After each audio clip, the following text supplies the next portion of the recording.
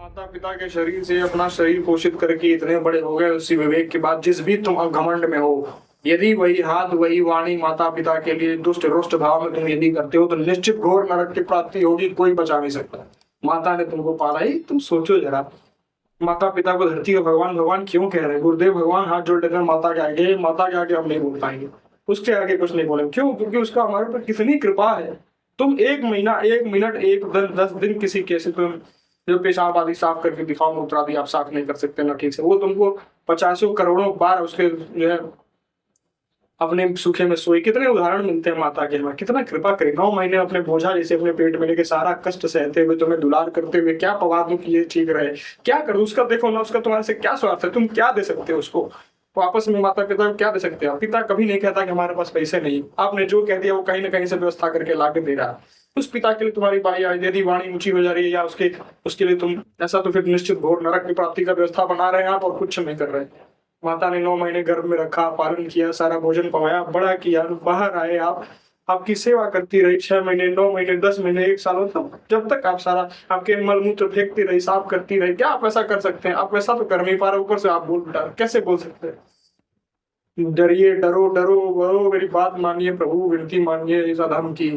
इस नीच की बात सुन लीजिए, डरिए। माता पिता साक्षात भगवान है, उनके स्वरूप में, उनके रूप में भगवान ही आपके रूप में आपको ये सारा शरीर ये बोलिए, उसने ही इस हाथ को मालिश कर करके इतना बलवान बनाया कि आप आज उसने ही सारी बोलना सिखाया आपको, जिस वाणी से आप उसको आप शब्द बोल रहे हो या जो भी आप कर रहे हैं, तभी आप बोल पा रहे हो। उसने सामर्थ्यवान बनाया आपको। वो कभी नहीं कहती कि मेरा बच्चा ऐसा नहीं, मेरे बच्चे की गलती, कभी नहीं। सोचो क्या उसका, फिर इतना पूछती है कि क्या कुछ खाया, क्या खाया पिया कि नहीं, क्या स्वार्थ है उसका? आप क्या दे दोगे उसको? कुछ नहीं दे सकते आप, कुछ नहीं, कुछ नहीं। इतने बड़े महान संत हुए, उन्होंने कहा कि यदि माता मैं तुम्हें अपने चरणों की जूती भी पहना के 7 जन्मों तक अपनी चमड़ी की जूती भी पहनाऊं तो भी मैं तुम्हारे ऋण से उड़े होने वाला नहीं हूं, केवल भगवत। भगवान उनके आगे अधीन है, माता के आगे सर झुकाते हैं, क्योंकि माता का वात्सल्य हमारे लिए अनंत करुणामयी है। वो सिर्फ और सिर्फ हमारा भला चाहती है और तुमसे कुछ नहीं चाहती। बोल तो रहे, आप कुछ दे भी नहीं सकते। पिता हमेशा साए की तरह रहता है, हमेशा आपके पीछे। जो व्यवस्था, क्या इसको पवा दूं, कैसा इसको एक गांठ टपट के ऐसे रहो वैसे रहो, ये रास्ता पकड़ो, ये गलत मार्ग है, ये सही रास्ता, ये संगीत ठीक नहीं आपका, सब कुछ हमेशा एक शासक के रूप में अंदर से एकदम नारियल जैसा व्यवहार आपके साथ पिता करता है। अंदर से इतना सुकोमल कि छू देने मात्र से ढह जाए, ऊपर से रुष्ट बना रहता है, सिर्फ नाटक करता है कि हमारे बच्चे को कहीं हमसे बिगड़ न जाए, हमसे दुलार ज्यादा लाड कर देंगे तो बिगड़ न जाए, सिर्फ इसलिए। अब उसके अंदर कितना प्रेम है आपके अंदर, निस्वार्थ। क्या दे दोगे, क्या दे दोगे आप? निस्वार्थ प्रेम। आपको बड़ा कि आपके पीछे सारा पैसा रुपया पढ़ाई आदि जो आपने कहा, सारी व्यवस्था, गाड़ी ला दो, गाड़ी मोबाइल दिला दो, ये दिला दो, वो व्यवस्था, ये खाना है, वो पीना है, कहीं ना कहीं कभी नहीं कहा कि नहीं हमारे पास पैसा नहीं, नहीं देंगे। व्यवस्था किया, भीख मांगे, चाहे जो भी करे, जहां से लाया लाया ना, उसने छत्र की तरह खड़ा हमेशा आपके ऊपर। और आप उसी माता पिता के प्रति आप अवहेलना करते हैं उनकी, निश्चित कहीं नहीं, आप कहीं नहीं विश्राम पाएंगे। ऐसा जीव कहीं शांति नहीं पाता। माता पिता ने जिसको धिक्कार दिया उसका जीवन निरर्थक व्यर्थ जीवन, जान लो, मुर्दा के समान चल रहा है। और माता ने जिसको आशीर्वाद दे दिया उसको तो भगवान कहते हैं। निश्चित मानिए भगवान, माता पिता का आशीर्वाद आप ले लो, उनके हाथ पैर जोड़ो, चरणामृत पकड़ो, उनके पैर धो, दंडवत रोज परिक्रमा लगाओ, प्रणाम करो, यदि तो आप निश्चित पार हो जाओगे। निश्चित भगवान आपको विशुद्ध प्रेम मिल जाएगा। उसी से जिस मार्ग में चलना चाहते हो वही मार्ग में आप आगे बढ़ते चले जाओगे। माता का ऐसा कृपा है, ऐसा दयालुता उसका हृदय है, इतना करुणामय हृदय। थप्पड़ ही मारता है बेटा माता को, तो माता कहती जाने तो मेरा बेटा है, मत इसको मत मारो। कितना कृपालु है तुम, कैसे आदमी, कैसा तुम्हारा हृदय है। हमने तो देखा तो धिक्कार धिक्कार। सेवा नहीं कर सकते, कम से कम उसको 2 रोटी पवा दो प्यार से।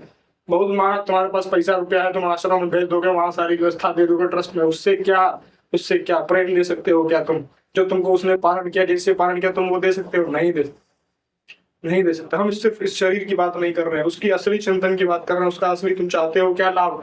क्या तुमने अपने माता पिता को भगवान से जोड़ा? क्या तुम खुद नहीं जोड़े? तुम खुद भटके हुए।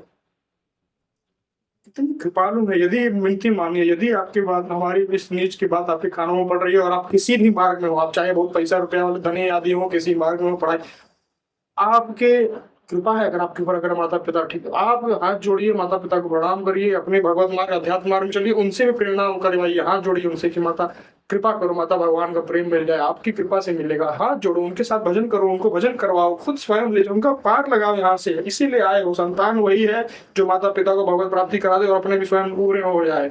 सच्चा संतान वही है, यही मनुष्य योनि का लाभ है। विनती मानिए, चाहे कुछ भी कमा लो पूरे ब्रह्मांड में, जब तक भगवत प्राप्त नहीं होगे निश्चित तुम्हारा कोई तो सब कुछ 0/सन्नाटा हम मानते हैं प्रभु अपना। निश्चित यदि भगवान हमें नहीं मिले इस जन्म में, हमने साधन भजन भगवान के लिए नहीं किया, हमने पीछे पितरों को नहीं तारा, 21 पीढ़ियों की व्यवस्था नहीं करी, तो फिर आपका आना यहाँ व्यर्थ मानेंगे हम इसे नहीं मानते। ये लोग की बहुत पैसा रुपया कमाने मानते हैं, माता पिता खुश है बेचारे, इनको पता भी नहीं है ये चीजें। उनको लगता है हमारा बच्चा जैसा कर रहा है अच्छा कर रहा है, अगर वो खुश है तो फिर वो उसमें खुश हो जाते हैं, राजी खुशी हो जाते हैं। तो आप माने कि बहुत कुछ चाटो, पर यहाँ से जाने का व्यवस्था करो। अपने माता को, अपने पिता को भगवान स्वरूप मान के उनको भगवत आश्रित रखो, उनके साथ बार बार भगवत वार्ता ही करो केवल कि माई भगवान का भजन करवाओ, माई आशीर्वाद दो, माई ऐसा कि भगवान का भजन हो, तुम भी भगवत प्राप्ति करो, हम भी भगवान को प्राप्त हो, माई ऐसा आशीर्वाद दो। रोज प्रणाम करो, रोज दंडवत करो, देखो निश्चित भगवान तुमको मिल जाए। उनसे कभी रुष्टता नहीं करवाओ, निश्चित मानो, निश्चित मानो। जो वाणी में है उसको जीवन में उतारने की कोशिश हम कर रहे हैं प्रभु, आपसे भी यही उम्मीद करते हैं कि आप भी यही करें।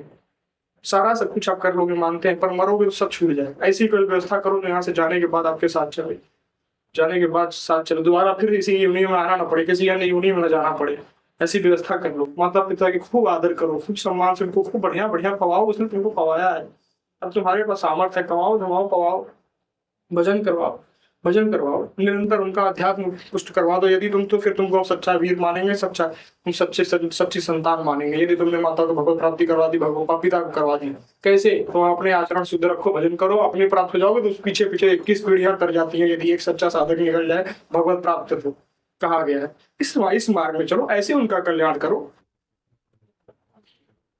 हर हर महादेव।